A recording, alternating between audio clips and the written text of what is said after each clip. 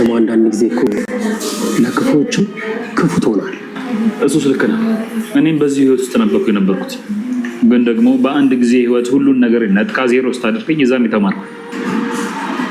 ሞጌ ወደ ቤት መሄድ አለብን። አንድ ማስተካከላት ነገር አለች። በቀልቴር ምን ችግር አለ ሞጌ? ያን ያህል እኮ አያውቀኝም፣ እኔም አላውቀውም። ያው በሩቁ ነው።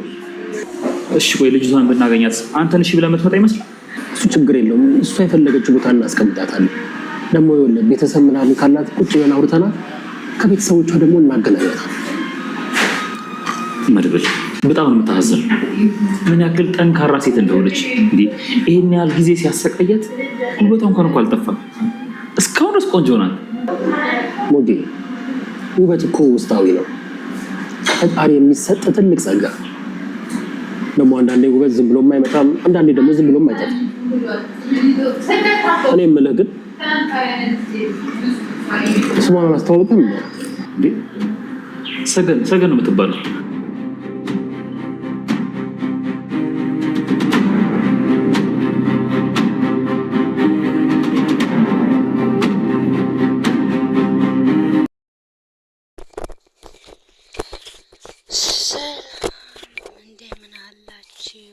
እንግዲህ ማነው ስሟ ሰገን ከቤት አመለጠች።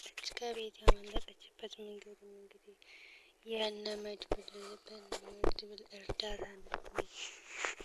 እነ መድብል እንግዲህ በባለፈው ክፍል እንግዲህ እንዳያችሁት በር ሲያንኳኩ ነበረ። ድራማው ያለቀው ማለት ነው። በር አንኳኩቶ ሲገቡና ሰውየውን ያገኙት ሆኖ የአክሊሉን ያገኙት ሆኖ ወይስ ልጅቷ ሰነዳቸውንስ ይዘው ይወጣሉ የሚል ሀሳብ ነበረ። እንግዲህ ሀሳቡ ግማሹ እንግዲህ ተሳክቷል። ምክንያቱም ሰነዱን ይዘው ባይወጡም ቢያንስ ልጅቷን አስመልጠዋታል ማለት ነው። ሞገስ ግን ልጅቷን ሰነዱን እንድታመጣለት አርጓት ነበር ማለት። የት ነው ያረግሽው? የት ነው ያስቀመጥሽው? አለበለዚያ እገልሻለሁ ምናምን ያስፈራራት ነበረ። ግን አልሆነለትም። ምክንያቱም ልጅቷ አእምሮዋን በደንብ ስለማይሰራ እዛ ቤት ውስጥ ለረጅም ጊዜ ስለኖረች ያስቀመጥኩበትን ያላቀውም ረስቼዋለሁ፣ ልሂድ ምናምን እያለችው ነበረ ማለት ነው። እንግዲህ ሞገስም ልጅቷ ወዴት እንድትሰወረች አላያትም ነበረ። በሩን ከፍተውት ነበር የወጡት። በሌላኛው በር ነበር አክሊሉ፣ እነሱ በሌላ በር ነበር የገቡት። እንግዲህ አክሊሉ ማን ነው በሩን የገቡበትን በር ሊዘጉት ሲሉ ሞገስን መድብል እንዳይዘጋው አረገው ማለት ነው። ለሞገስ አትዝጋው ችግር የለውም ክፍቱን ይሆናል ማለት ነው። ስለዚህ እንግዲህ ልጅቷ ክፍቱን ስታገኝ በዛ ወጥታ ሄዳለች ማለት ነው። ውጪ አድራለች። እንግዲህ የምትበላው የላትም፣ ጫማ የላትም፣ የምትለብሰው የላትም። በጣም ነው የምታሳዝነው። ግን ውጭውን ስታየው ሰማዩን፣ ፀሐዩን ምናምን ስታየው በጣም ነው ደስ ያላት ማለት ነው። ምንም ባይኖራት በቃ ቢያንስ ብትያዝ ቢገላት ራሱ የምር ስራ መታይዘ እንግዲህ ፀሐይ ሳታይ ከምትሞት ፀሐይ አይታ ቢያንስ ሞታለች። ፀሐይ አይታ አለች ማለት ነው። ሳሩንም ቅጠሉንም አይታ መታለች ማለት ነው። እንግዲህ ልጅቷ በዛ ሰዓት እንግዲህ ውጭ ባደረች ሰዓት መድብልን ልታገኘው ነበር። ምክንያቱም ካጠገቡ ደርሳ የሆነ ምግብ ግዛልኝ ልትለው ምን ይሆን አላቅም። ካጠገቡ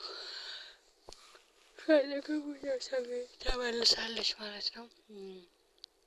እሱ ደግሞ እሷን እንዲፈልግ እንግዲህ የጠፋ ሰው እንዲፈልግ መቼም እሷን ከነ ሰውየው ማነው ስሙ የዝና ባልደረባ ከሱ ከካሌብ ቤት የመጣ ስራ ነው። የካሌብ ሰዎች ናቸው እና የጠፋ ሰው እንድትፈልግ ነበር ምናምን ሲሉት መድብልም እንግዲህ እሱ የጠፋ ሰው እንደማይፈልግ ነግሯቸዋል ማለት ነው። ምነው አዲስ ስራ ተገኘ እንደምን እነ ካሌብን ስራ ጣል አረከው ሲሉት ነበር። እኔ ለመጣል ፈልጌ ሳይሆን ስራ ማግኘትም ሳይሆን የጠፋ ሰው ማግኘት በጣም ከባድ ነው ማለት አልፈልግም አላቸው ማለት ነው። እንግዲህ ቤቱ በመጥፋቱ ምክንያት ሁሉም እየተተራመሰ ነው ማለት ነው። እንግዲህ ሞገስንም ሲያገኘው ሰውየው አንቆ ሊገለው ነበረ። እንደዚህ እንኳን ደስ አለህ የጥላት ነው እነማን ናችሁ እያለ ተጠራጥሯል ማለት ነው። እናትሽ ወደ ቤት ገቢ አታገኝም፣ ካገኘዎች ደግሞ እገልሻለሁ እያለ በእናቱ እየማለ እገልሻለሁ ሲላት ነበር ልጅቷን። ያው ካገኛት እንደማይምራት እርግጥ ነው፣ ግን ደግሞ አያገኛትም ብለን ተስፋ እናደርጋለን። ምክንያቱም የ10 አመት ግፍ ከባድ ነው። መልሳ ከተገኘች ብትገኝ ራሱ አይገላትም። በሆነ ምክንያት የምታመልጥ ነው የሚመስለኝ።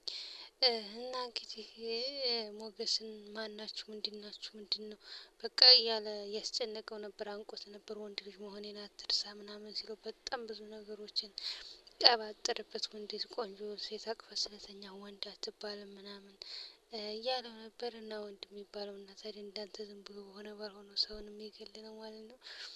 እና ያኛውንም ደላለውንም ሲያገኘው አንተ ማትረባ ቀሽም ደላላ ብሎ ግንባሩ ላይ ሲያወገን ነው እንግዲህ ፌንት በልቷል ማለት ነው። እሱ ደግሞ መድብል ጠርቶት ወደ መድብል እየሄደ ነበረ ማለት ነው።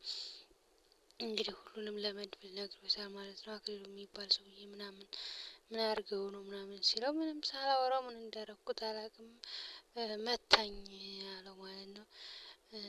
ከዛ አንተ ግን ታውቀዋለህ እንዴ ምናምን ሲለው ኧረ እኔ አላውቀውም፣ ባታውቀው ነው የሚሻለው፣ ይቅርብ እያለው ነበር ማለት ነው።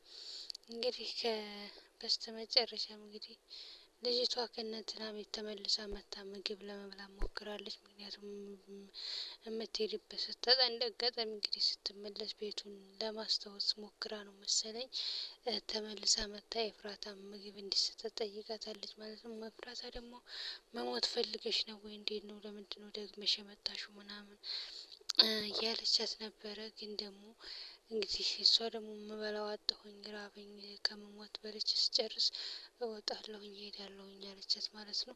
እንግዲህ ልጅቷ እግዚአብሔር ጫማ ምንም የላትም፣ ደህና ጃኬት እንኳን የላትም፣ ወጥታለች ማለት ነው። ያንን ምግቡን ከበላች በኋላ ግን ደግሞ ኤፍራታ ያጠፋችው ቢያንስ የሷን ስልክ ቁጥር መዝግባ ብትሰጣት ጥሩ ነበር። ግን ደግሞ ትፈራለች። ሰውየው በጣም ከባድ ሰውዬ ስለሆነ ከደረሰባት የእነሱ ህይወት ሁሉ አደጋ ላይ ሊወድቅ ይችላል ማለት ነው።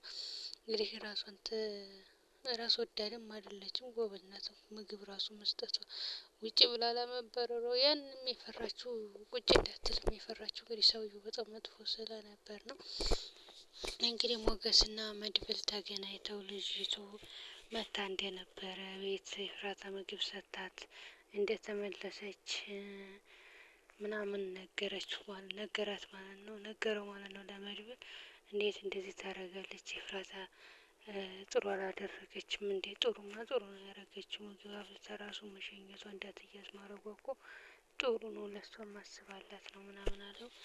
ስልክ ቁጥር ምናምን አልሰጠችዋትም ታዲያ ምናምን ብቻ ያው ፈልገው እንደሚያገኟት ቃል ተገባብተዋል ማለት ነው። በስተመጨረሻ ግን ልጅቷ ስሟን አልነገረችህም እንዴ ምናምን ሲለው ኧረ ነግራኛለች ሰገን ትባላለች ሲለው የበላውን ተፍቷል ማለት ነው። ምክንያቱም